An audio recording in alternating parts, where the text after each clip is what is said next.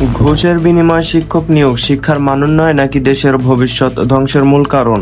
সম্প্রতি এক অনুষ্ঠানে এই জ্বলন্ত ইস্যু নিয়ে তীব্র ক্ষোভ ও উদ্বেগ প্রকাশ করেছেন বিএনপির জ্যেষ্ঠ যুগ্ম মহাসচিব ও প্রধানমন্ত্রীর রাজনৈতিক উপদেষ্টা রুহুল কবির রিজভী।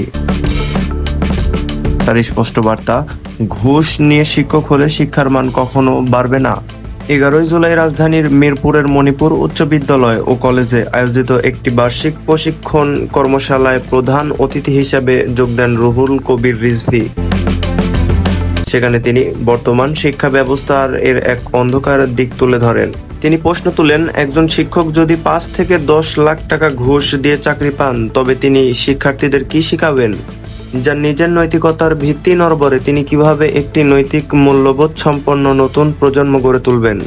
এই সংকটের কারণেই আজ আমাদের তরুণ প্রজন্ম আন্তর্জাতিক মানের প্রতিযোগিতায় পিছিয়ে পড়েছে।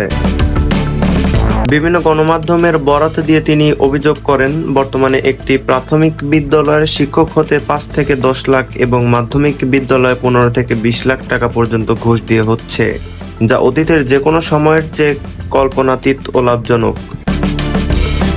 শিক্ষক নিয়োগের পাশাপাশি সমাজের নৈতিক অবক্ষয় এবং মাদকের বিস্তার নিয়েও গভীর উদ্বেগ প্রকাশ করেন বিএনপির এই শীর্ষ নেতা। তিনি দাবি করেন, সমাজে যদি নৈতিকতার চর্চা সচল থাকতো, তবে ইয়াবা ও ফেনসিডিলের মতো প্রাণঘাতী মাদক এত সহজে ছড়িয়ে পড়তে পারত না। শিক্ষা ব্যবস্থার আমূল পরিবর্তনের ডাক দিয়ে রুহুল কবির রিজভী জোর দিয়ে বলেন, দেশ ও জাতিকে বাঁচাতে হলে যোগ্য, অভিজ্ঞ এবং আধুনিক প্রযুক্তিতে দক্ষ শিক্ষক নিয়োগের কোনো বিকল্প নেই।